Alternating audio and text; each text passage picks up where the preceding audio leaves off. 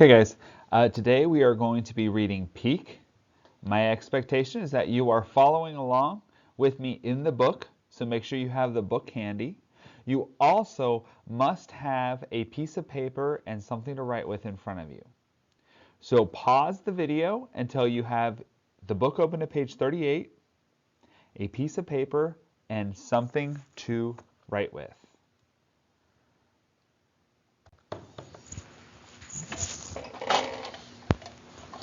All right, let's get going.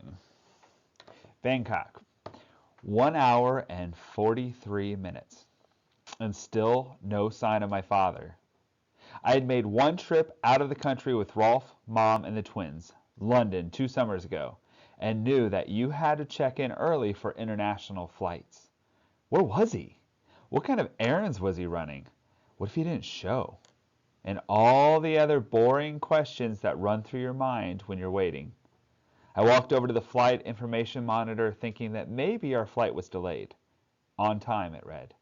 Above the monitor was a regular TV. I glanced at it and was going to turn away until the anchor said, "The state of New York has reached a plea agreement with Peak Marcello, the boy who climbed the Woolworth building early last week.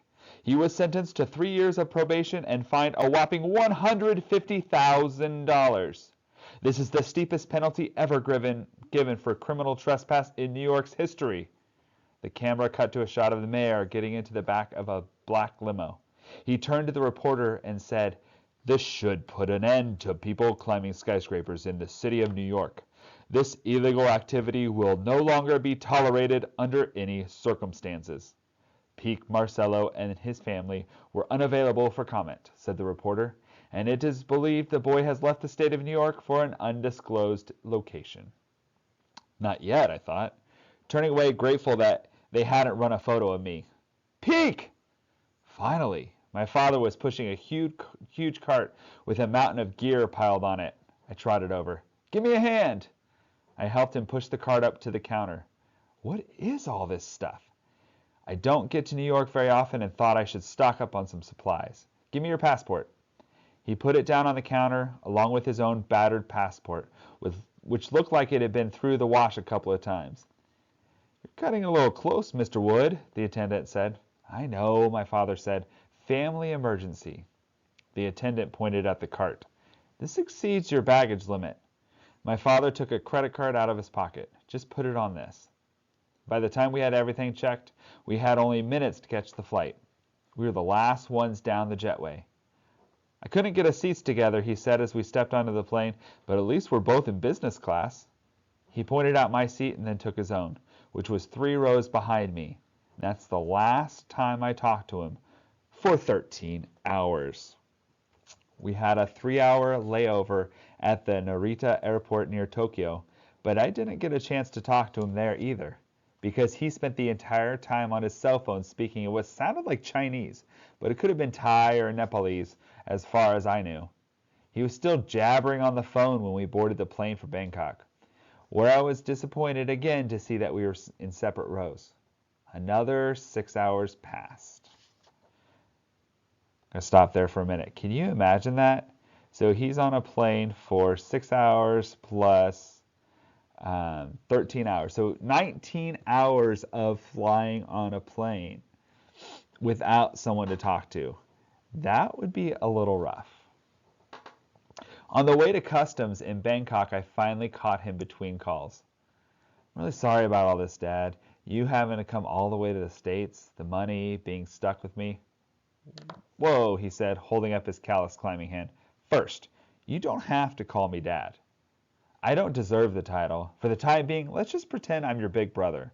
Just call me Josh, like all my friends do. Second, don't worry about the money. Rolf and your mom put a big chunk of change in. I'll get my portion back. And finally, I'm not stuck with you. I couldn't be happier to have you with me. I just haven't had much time to show it because I'm trying to get something together." "What?" I asked. "A surprise. But in the meantime, no worries." We continued toward customs, where there was another little problem. I didn't have a visa to enter Thailand.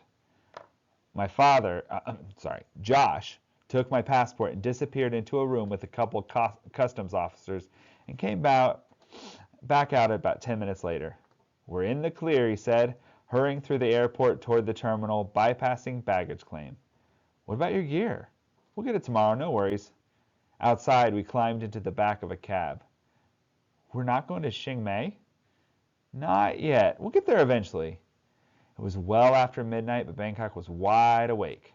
The cabbie crazily swerved between bicycles, motorcycles, and cars for 20 minutes, finally coming to a stop in front of a hotel. Josh paid the driver and we walked into the lobby where the concierge beamed at us. Mr. Wood, I have your rooms all ready. He handed each of us a key. Okay, Josh said as we got into the elevator. I have some more errands to do tomorrow. In the morning, I'll have a driver waiting for you in the lobby, 9 o'clock. He'll take you to the clinic for a physical. Physical? Yeah, an immigration formality, and I want them to check your face and ear. He took my hands and looked at my damaged fingers. We'll need to get those fixed too. Anyway, I'll come by the clinic and pick you up when you're finished, and we'll be on our way. If I'm late, just wait there for me. Try to get some sleep. I don't want you to flunk the physical because you're tired. What? So right now I want you to pause the video and answer this question. What question do you have right now? Write down at least one question you have at this point in the story. Okay, we're still talking about good readers ask questions. So pause the video and write down one question you have at this point in the story. If you have more than one, write multiple ones down, but you need at least one question. Okay, so pause the video and write down your one question.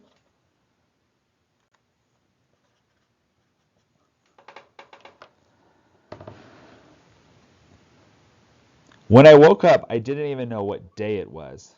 Couldn't remember if you lost a day or gained a day in Thailand. I ate breakfast, went for a walk, and got back to the hotel and waited for my driver.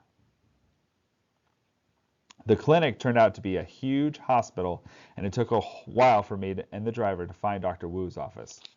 He was expecting me. In fact, it turned out I was the only patient he had that day. I'd had physicals before, but nothing like this. Dr. Wu and his nurse didn't speak English, so they had to pantomime me through the battery of tests. I was x-rayed, CAT scanned, and jabbed with countless needles. They put me on treadmills and stationary bicycles with so many leads attached to my body and tubes jammed in my mouth. I wouldn't have been able to ask them what they were doing, even if I spoke Thai. They must have drawn a quart of blood over the course of the day. They checked my eyes, ears, mouth, and other holes I don't even want to think about. Ugh. They took the stitches out of my ear. Another doctor came in and looked at my feet, knees, shoulders, hips, elbows, wrists, and finally my fingers, which he put some salve on and bandaged, then gave me instructions on how to do it myself, which I barely understood. By the time they finished with me, it was late afternoon, and I was so exhausted I wanted to check myself into the hospital as a patient. The nurse led me to the waiting room, and I promptly fell asleep on an uncomfortable chair. And that's where Josh woke me sometime after dark. Apparently, he had been there for a while talking to Dr. Wu, because he had a thick file in his hand, which I assumed were Dr. Wu's findings. Am I gonna live? I asked groggily. No worries, Josh said. Not surprised you're in such great shape with my and your mother's genes. Let's go, we have a plane to catch. I was looking forward to Chiang Mai, where I could finally get some rest. His gear was waiting for him outside the airport, guarded by a porter the size of a sumo wrestler. He paid the porter, wheeled the cart to the counter, and said, "We're booked on the flight to Kathmandu." What? I wasn't sure I had heard him right. Did you say Kathmandu? Right. I thought we were going to Chiang Mai. We will, he said as he transferred gear to the conveyor belt, but we have a stop to make first. He must have bought the gear for someone in Kathmandu. Actually, a couple of stops, he added as he threw on the last box. Where's the second stop? I asked. Everest, he said. I stared at him. For a climber, saying that you are stopping by Everest is like saying you're going to stop by and see God. Josh was grinning at me. I didn't want to tell you until I had it all worked out. Your physical was the last hurdle, that and the Chinese visa.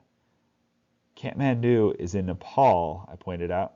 Right, Josh said, but we're not going up the south side of Nepal. We're going up the north side in Tibet. You have to be 16 to get a permit to go up the Nepalese side.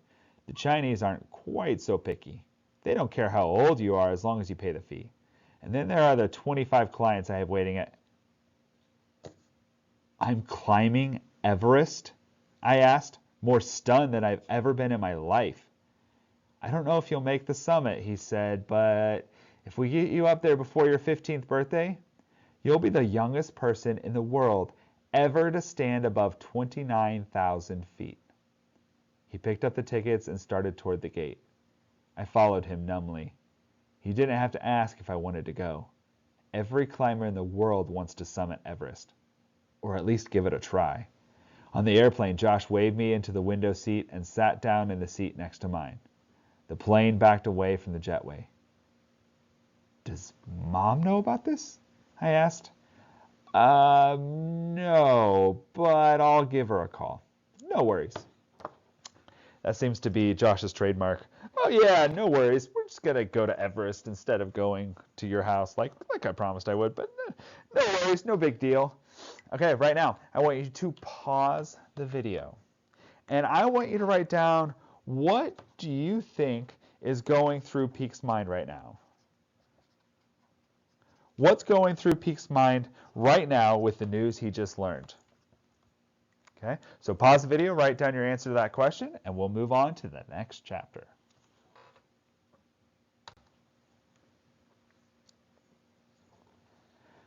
The Summit Hotel. When the message about my arrest reached Josh, he had been in Tibet on his way to base camp on the north side of Everest. With him were 25 clients, 15 Sherpas, and about 50 porters and their yaks. 12 of the clients were trying for the summit. The other 13 had signed up for one of the 4 lower camps along the northern route. The higher you climbed, the more it cost. Caught a truck heading back to Kathmandu and sent the others on to base camp, he explained. That's why I've been rushing around. I don't want to lose my acclimatization. And I need to get back to my clients. They weren't too happy about me abandoning them on the way to the mountain. Now, you'll find out about the word acclimatization later on in the book, but it's basically you have to get used to being that high up in the mountains. And so you do that by going up in the mountains, but you'll learn more about that later. Thanks again for bailing me out, I said. Forget it, he said, leaning his seat back and pulling his cap over his eyes. Within a minute, he was sound asleep. Why had he done it? That was the question bouncing around in my jet-lagged brain. He was my father, but that was a technicality more than a fact. I had written him at least a dozen letters over the years, but I had never gotten a letter, or even a postcard in return. Mom said that Josh wasn't much for letter writing, and that there was a good chance he never got my letters. There weren't too many post offices in the places he hung out. So why, after all these years, did he show up? Guilt? Not likely. That emotion didn't seem to fit him. My mother told me once that Josh always slept like a baby because he had no conscience to keep him awake. He was demonstrating that right now, quietly snoring as we winged our way to Kathmandu. All right, right now I want you to pause the video. And the next thing I want you to do, and go ahead and number your responses. So this is number 3, and go back and write a 1 and a 2 to the other 2. But for response number 3, I want you to write down, what kind of dad is Josh? Is he a good dad? Is he a bad dad? But be specific. Like, what makes him a good dad? What makes him a bad dad? What makes him an indifferent dad? What kind of dad do you think he is, based on what we've read about him so far? Okay, so pause the video and answer that question. All right, Kathmandu. And you'll notice in this part of the book, if you can see it right here, where it says Kathmandu, that's telling you where we're at in the story, like what the location is, where the setting is right now. For me, the name conjured up mystery, adventure, possibilities, but the reality was somewhat different. The city is noisy, grimy, and polluted. My eyes burned and I started choking as soon as we stepped outside the airport. It takes some getting used to, Josh said as our taxi sputtered into an unbroken line of traffic. You'll be staying at the Summit Hotel. Me? Just for a couple of days, Josh said. I need to get up to base camp before there's a revolt.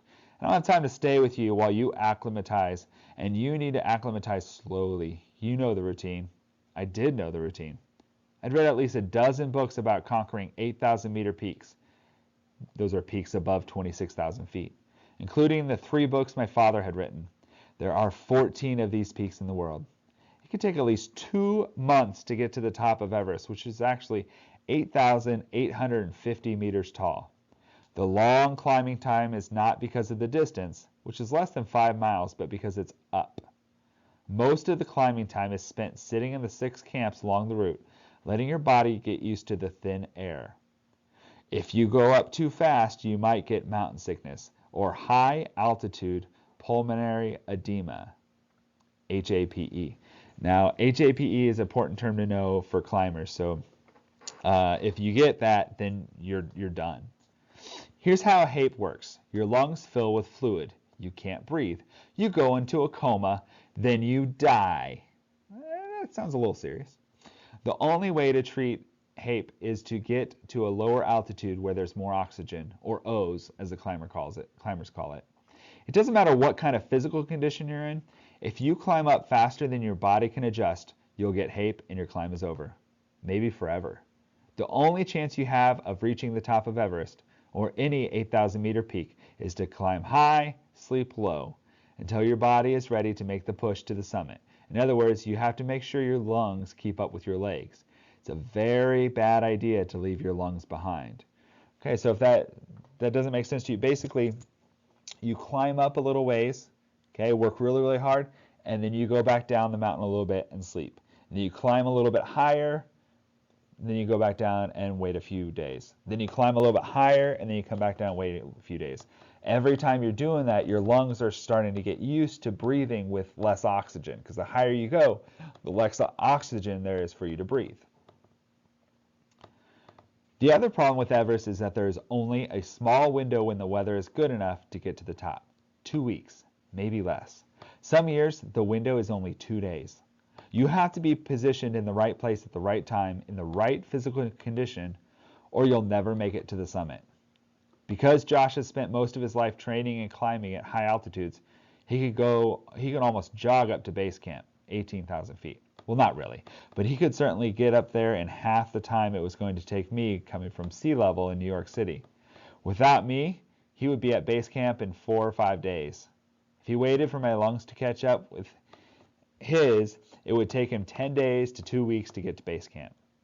What he hadn't explained to me was how I was going to get to Tibet on my own. And he didn't get a chance to tell me right then because the taxi had just pulled into the courtyard of the Summit Hotel, where we were immediately surrounded by a swarm of laughing, smiling Nepalese. Hotel staff, he said. They obviously knew he was coming and were overjoyed that he was there.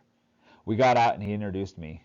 Not speaking Nepalese, I didn't know if he told them that I was his son or his little brother. Regardless, by their expressions, they were very happy to make my acquaintance. They unloaded the gear and we followed them into the lobby, where we encountered more pandemonium, this time from the guests. Women, men, trekkers, mountain climbers, old and young, gathered around Josh like he was a rock star. No pun intended. He signed autographs and answered questions until the concierge politely but firmly dispersed the crowd. Please, please, Mr. Wood needs to rest after his long journey. Mr. Wood had no intention of resting. When we got to the room, he started sorting through the gear and stuffing what he wanted into his backpack. You're leaving now? I asked. Try not to sound too whiny. Have to. The last thing he jammed into his pack was a box of energy bars. I didn't say, what about me? Because there's no way to say this without sounding pitiful, so I just stared at him. So he's been with his dad for almost 2 days, and his dad has basically disappeared the whole time or been on his phone. Awesome. ZOPA will be taking you to base camp, he said. Aside from myself, he's the only one I trust to do it. He knows all about you. Who's ZOPA? And how does he know about me? He sat down on the edge of the bed. ZOPA used to be Serdar. You know what that is? Head Sherpa, I said. Sherpas are mountain people who live on the slopes of the Himalayas. Without them and their climbing skills, no one would ever get to the summit of Everest. So you may have heard of Sherpas before. If not, they basically are kind of like local guides who guide people up the mountains. Right, Josh said. Zopa got me to the summit of Annapurna the day you were born. He was there when Terry called and gave me the news. Since then, he's asked me about you every time I've seen him. Bugging me, really, saying that it's not good for a father to neglect his own son. Obviously, Josh had not listened. Sounds like Zopa was trying to give him some fatherly advice. Zopa stopped climbing years ago, he continued. He's a Buddhist monk now, lives at the Indrayani temple. The Lama there has given him permission to forgo his vows for a few weeks to take you up to base camp. Forgo his vows? It's not as big a deal as it sounds. I don't know all the details, but leading you to base camp was considered to be auspicious, meaning the right thing to do. Josh smiled, and I'm sure the donation I made to the temple didn't hurt. They're a little strapped for money. So Zopa is okay with this? Absolutely, he's curious about you. And he didn't say this, but I think he's getting kind of bored with being a monk. What's he like? Cagey, Josh said with a smile. If he agrees to do something, he'll do it, but he may not be doing it for the reason you think he's doing it, and he'll never let you in on why he's doing it. Huh? Josh was beginning to sound like Paula and Patrice. It's hard to explain, he said. You never know what Zopa's real motivation is. I asked him to take you to base camp. He said he would, but he's not taking you up there just to do me a favor, or because I gave money to the temple. There's another reason. More likely half a dozen reasons he agreed to do it, and you and I will probably never know what all of them are. It was a sad day when he retired, I can tell you that. He's been on the summit of Everest more times than any other human being. At least that's the rumor. Zopa says he can't remember how many times he's reached the top, but I think he knows exactly how many times it's been. He speaks perfect English, and although he doesn't talk very much, when he does, you need to listen very carefully to what he's saying. The Sherpas do. A lot of them drop by the temple before they climb to have him do a reading. If he tells them not to go, they won't go up, no matter how much money we offer them. How do I get in touch with him? He'll come by in a day or two. In the meantime, you need to sort through this gear. Most of it's yours, and you'll need all of it to get up the mountain. I wasn't sure on the sizes, but if something doesn't fit right, tell Zopa, and he'll swap it out at one of the shops downtown. He looked at his watch. Better get going. He started toward the door and stopped. Charge whatever you eat at the restaurant to the room. Do you have any cash? I shook my head. He pulled out a thick wad of money and peeled off several bills. It's not as much as it looks like. 7,000 rupees is about $150 US. I took the bills and set them on the dresser. See you in a couple of weeks, Josh said. Maybe less if Zopa thinks you're ready. Oh, before I leave town, I'll call your mom and tell her you're okay. I interpreted this to mean that he would call and lie to her about where we were and what we were doing. Better him than me. Enjoy the trip, he said, and with this, he was gone. I stood there for a few seconds, staring at the door. My head was kind of spinning, but it wasn't from altitude. I think it was Josh's energy that was making me dizzy. There was a light tapping on the door, so faint I barely heard it. I opened it. It was the concierge. He gave me a slight bow. I will turn down your bed. He wove his way through the junk as if it weren't there, pulled the comforter back, and fluffed the pillows. When he finished, he looked at the window. The curtains were drawn. This will not do, he said. You are missing the setting of the sun. He pulled the curtains back with a flourish. Behind them were the Himalayas washed in orange and pink light. They were much bigger than I had ever imagined. All right, so we've learned a lot. We know what they're planning on doing. So right now, the last thing I want you to do is I want you to pause the video. And I want you to write down, what is the plan? What is Josh going to do? What is Peak going to do? Okay, so talk about who's going to take him up the mountain. Talk about what the plan is. Okay, so pause the video and talk about what's the plan and for each of the characters and what are they planning on doing. Okay.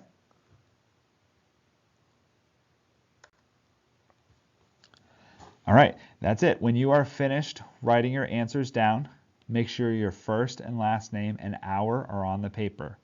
I repeat, double check that your first and last name are on the paper. Okay, completely done, completely filled out. Okay, you are going to turn that into the tray, and then you are going to read your book quietly.